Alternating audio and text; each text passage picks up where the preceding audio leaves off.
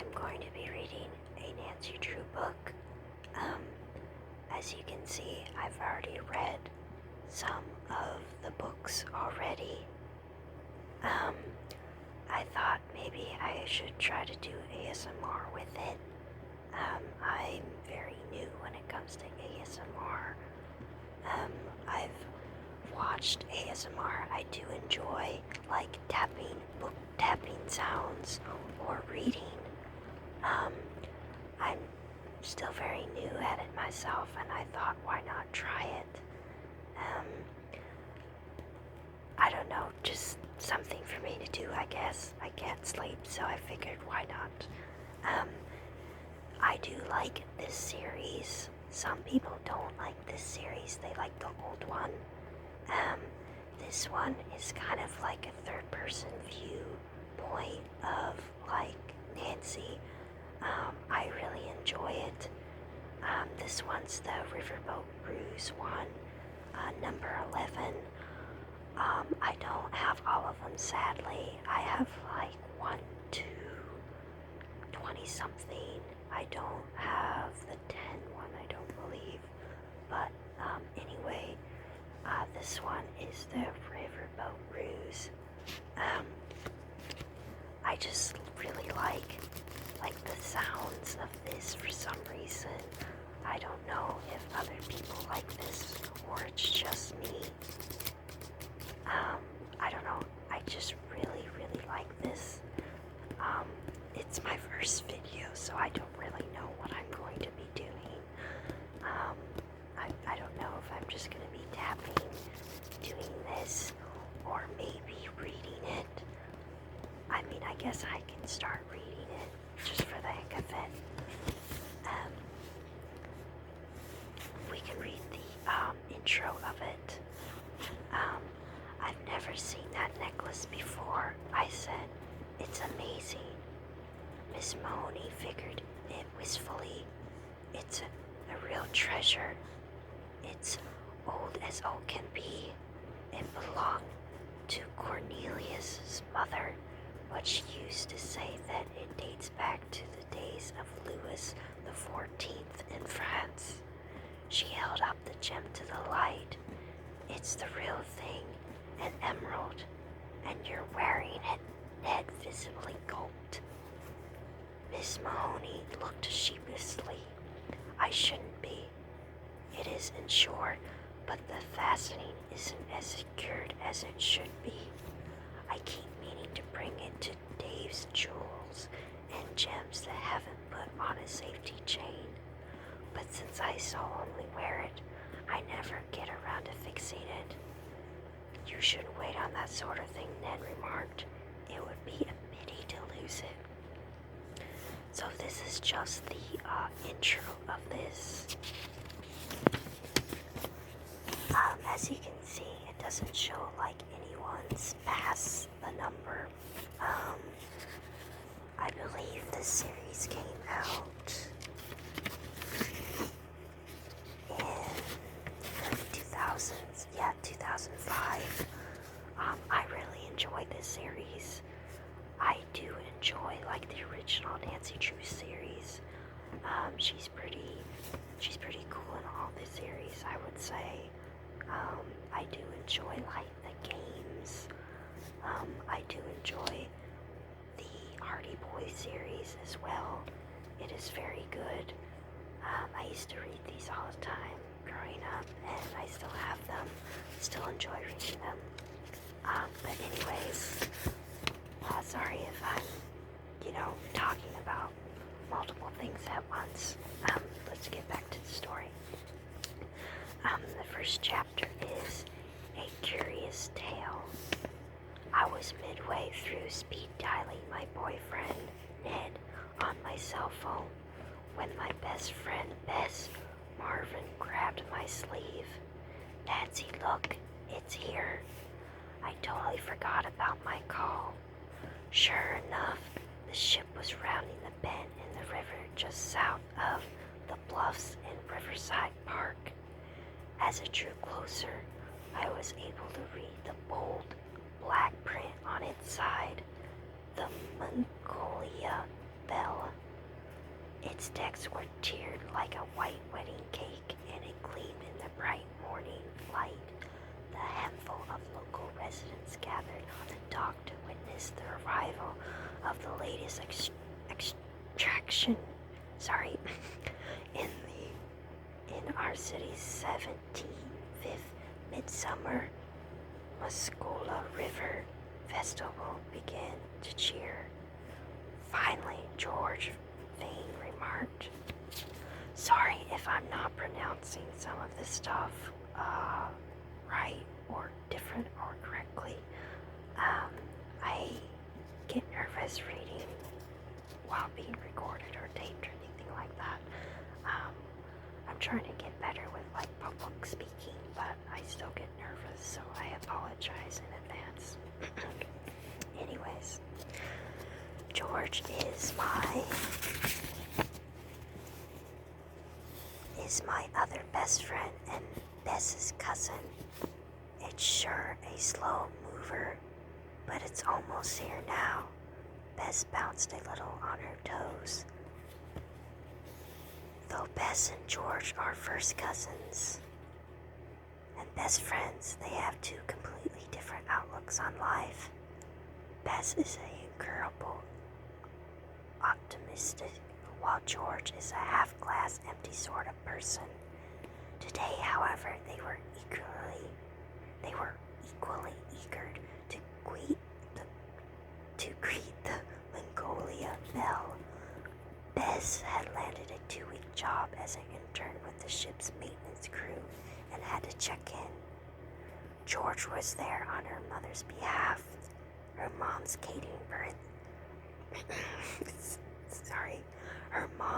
catering business had snarled the contract for the big event. The Wanderer dinner and the overnight cruise between River Heights and Sutter's Cove. Hopefully I'm pronouncing this right. Wonderant. I might have to look up like the correct pronunciation.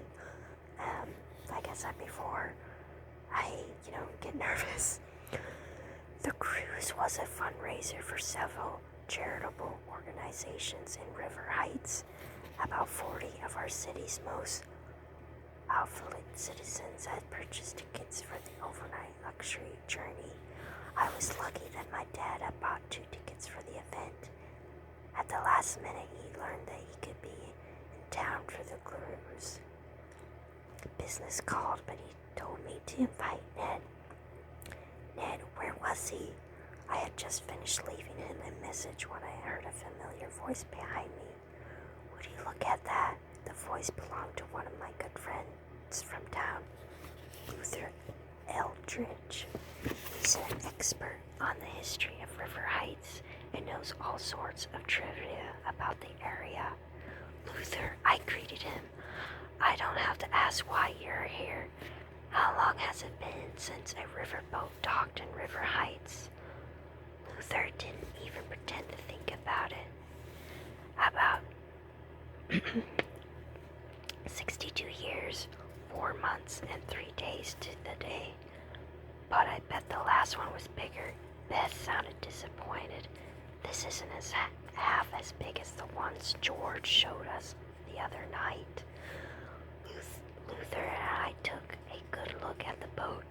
Bess was right. The image of the paddle boat we saw online was as large as a small cruise ship. This river boat was probably half that size, but it was still grand and beautiful, and I couldn't wait to board her.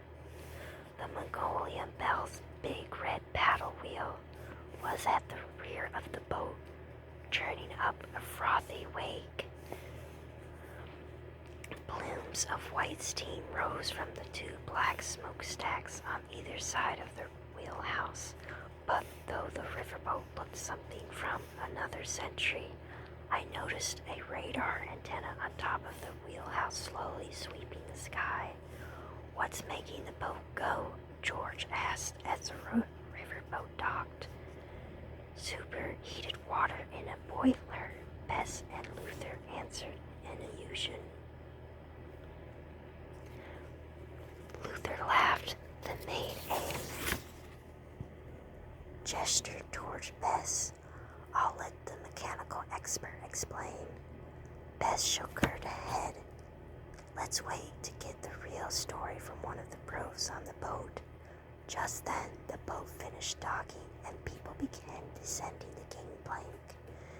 The guy's an old salt if I ever seen one. I bet he's the captain. Luther pointed to a stocky man wearing navy blue trousers who was headed for the pier. He looked a bit older than my dad. His white cap was pushed back over a shock of thick, faded blonde hair. His round face was beet red as he argued furiously with a man who followed him down onto the pier. An image of the steamboat and the words Mongolian Belle decorated his shirt. He sure looks steamed over something, George quipped. Bess and I cringed over George's pun, but she was right about the old salt's mood. Both men were having what was, at the very least, an extremely heated conversation. The other man looked calmly, and he bore an uncanny resemblance to Mark Twain.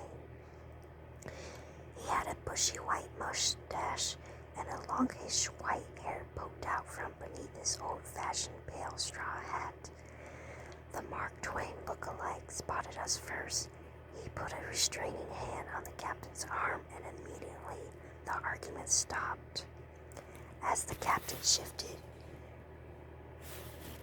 his gaze towards us, his angry expression swiftly morphed to a welcoming smile. The other man hurried back up the gangplank and disappeared into the ship. By the way, I'm sorry if this side is kind of like blurry. My camera for some reason doesn't like this side, and it's kind of hard for me to hold and do this with my hand. It's more easier on this side, so I apologize in advance. The other man hurried back up the gangplank and disappeared into the ship. The captain greeted us with a deep southern drawl. I didn't expect such a welcoming committee.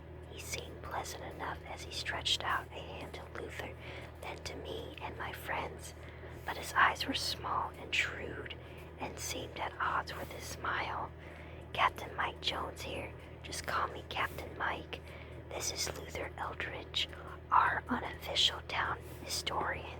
I'm Nancy Drew, and these are my friends Bess Marvin and George Fane.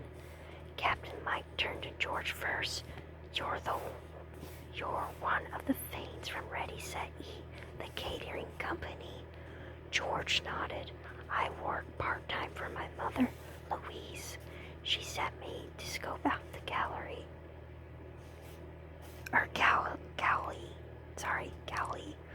Captain Mike waved toward the lower deck of the ship.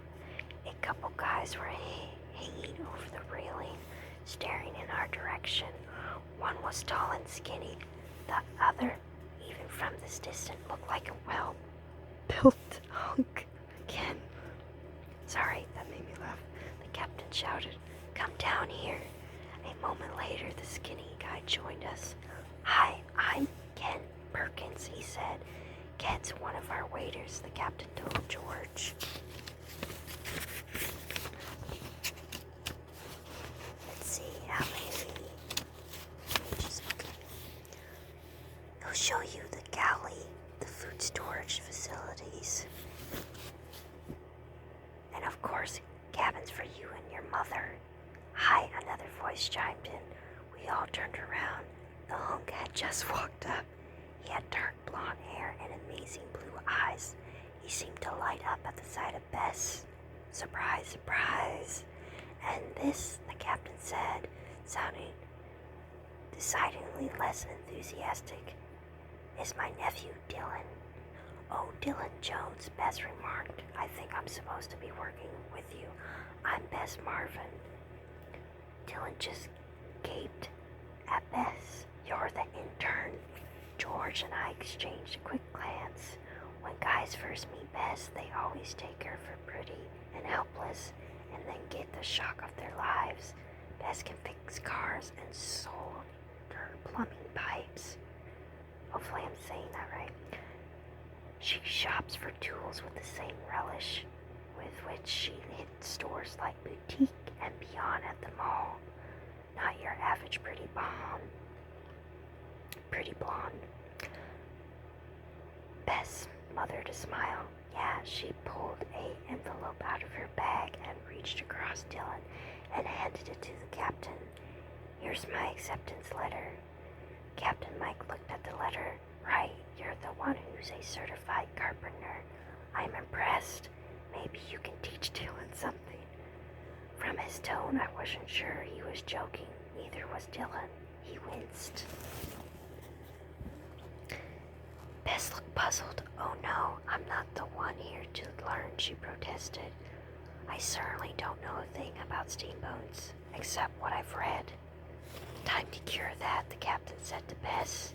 Dylan, show our new intern the engineering department, the boiler room, the ship's workshop, and then where she'll be bunking. He turned to Luther and me and added, I bet the town historian official or not would like to tour the boat. Come on, you two, I'll show you the ropes. While Ken led George directly to the gallery, Bess and Dylan went below.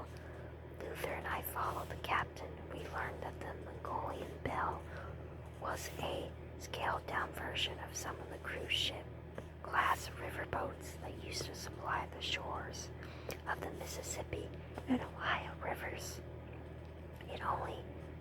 It had only 3 passenger decks with 60 cabins. Now, in my opinion, I don't know, but that still seems pretty big in my opinion, but I could be wrong. Anyways, as soon as we reached the main deck, Captain Mike took us to the back of the boat. This is the paddle wheel, he pointed out, because it's attached to the back or stern of the boat. This kind of vessel is called a stern wheeler. As I recall, Luther contribute stern wheelers came along and gradually replaced side wheelers. What's a side wheeler? I asked. They were the first type of riverboats and had 2 paddles, one on the port or the left side of the ship, and one on the starboard or the right side of the ship, the captain explained.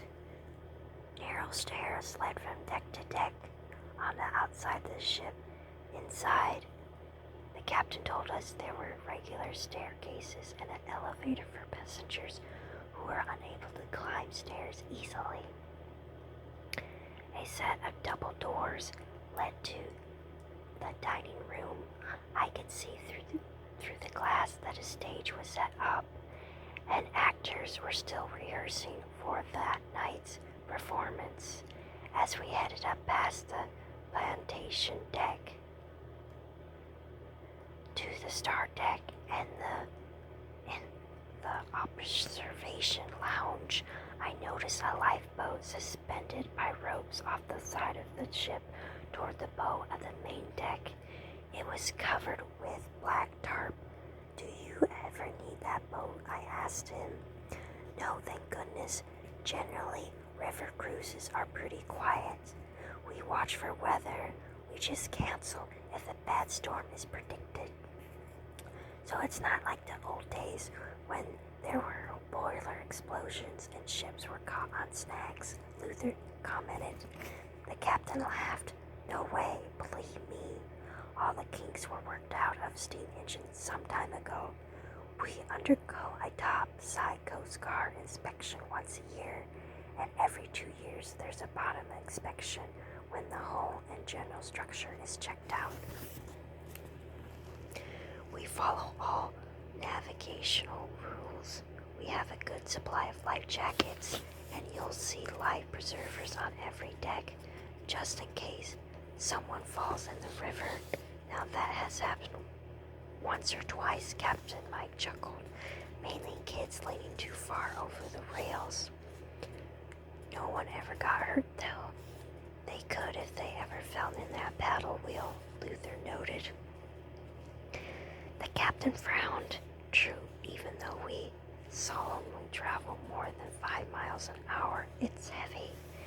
churns up the water. As for the lifeboats, they're not mandatory, but I like the idea of them. I would like the idea of them too, you know, like, it would make sense, just in case. You got more than one? I asked as we mounted the last of the steps leading to the top deck. Yeah, two. The life jackets are all stowed under those benches along the railings and other places on the ship. Captain Mike held open the door leading into the observation lounge. I walked in first, followed by Luther. The wood-paneled lounge had plenty of easy chairs. Card table sat catty-cornered along the far wall. Another wall held a 3-foot-high bookshelf filled with all sorts of reading material. Hung above the shelf were frames, maps, and prints. A wooden flat file jolted out from beneath one of the windows. Someone had spread out a map on top. Luther made a beeline for the framed prints. He moved from one to the other, studying them. Suddenly, he let out a low, impressed whistle. Captain Mike, do you realize what you have here? The captain shook his head. I hurried over to Luther, curious. He tapped the glass of the framed print. Tap, tap, tap, tap. This is the Lucindia Lou. I hope I'm pronouncing this right. Didn't she sink or something? The captain asked. I say so, Luther exclaimed. She went down in local history as the biggest steamboat disaster ever on the Muskoka River. Hopefully I'm pronouncing this right too. She sank around here. The captain seemed surprised. A few months ago, I came across some old articles about the disaster. It was supposed to be an accident, but Luther paused for effect and looked at me and winked. Nancy would love this. It turns out that accident. Sorry, I lost my place. It turns out the accident was suspicious because it happened just as the boat was passing Stony Lonesome Island, just a few miles up from River Heights. 24 hours after the bank heist in Willow Bend, a little further downstream. You mean the crook somehow engineered an explosion? No one ever knew for sure, but lots of people died and no one ever learned the truth or found the loot. That's the end of chapter 1. I think I'm gonna end with chapter 1 and maybe do another chapter some other time and maybe just focus on some tapping sounds until maybe reaching to a half hour. I wasn't sure how long I was gonna record for, but I figured since I made it this far already, I'll just make some more sounds.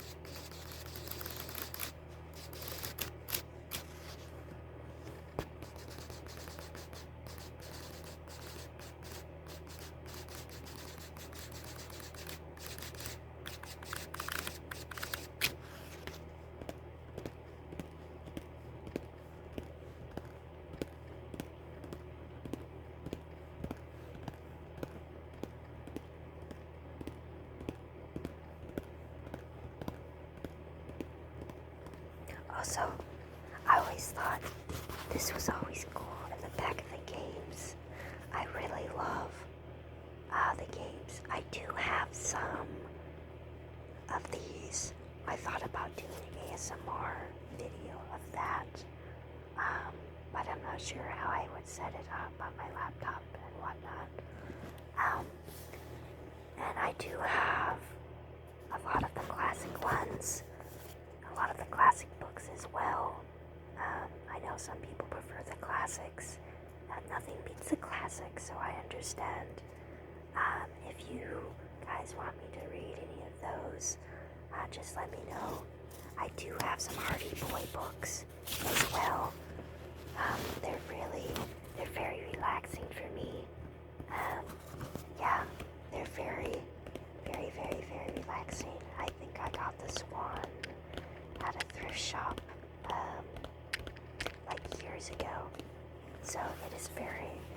it's very nice. I love actual books.